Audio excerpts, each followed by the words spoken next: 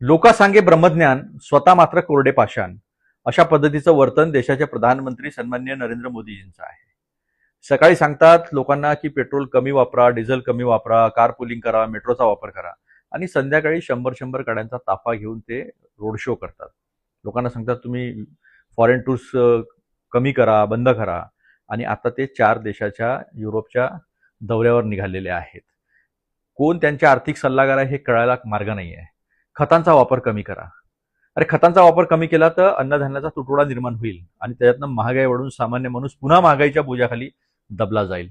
वास्तविक पाहता आपल्या चुकीच्या विदेश नीतीमुळे आज देशावर ही परिस्थिती आलेली आहे. कदाचित एप्स्टीन फाईलच्या अय्याशीमुळे आपण घाबरलेला आहात, अमेरिकासमोर वाकून उभे आहात. चहाबार सोडून दिलं, इराण आणि रशियाशी संबंध खराब केले, जिथून आपल्याला स्वस्तामध्ये आणि रुपयाच्या मोबदल्यात, खाद्यान्नाच्या मोबदल्यात आपल्याला तेल मिळालं असतं. आज या महागाईचा सामना सामान्य जनतेला करावा लागला नसता. पण आपण घाबरत आहात अमेरिकेला, वाकून झुकून उभे आहात. चायनाला पण घाबरता, वाकून झुकून उभे आहात.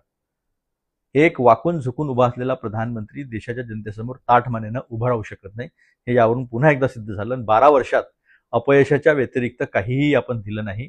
तुम्ही निवडणुका ज्या जिंकतात त्या फक्त विभेदावर, द्वेषावर, एका समाजाला दुसऱ्या समाजासमोर उभं करून आणि ED, income tax, CBI, election commission यासारख्या संस्थांचा वापर करून. अन्यथा आपण निवडणूक जिंकावी अशी परिस्थिती देशात नाही.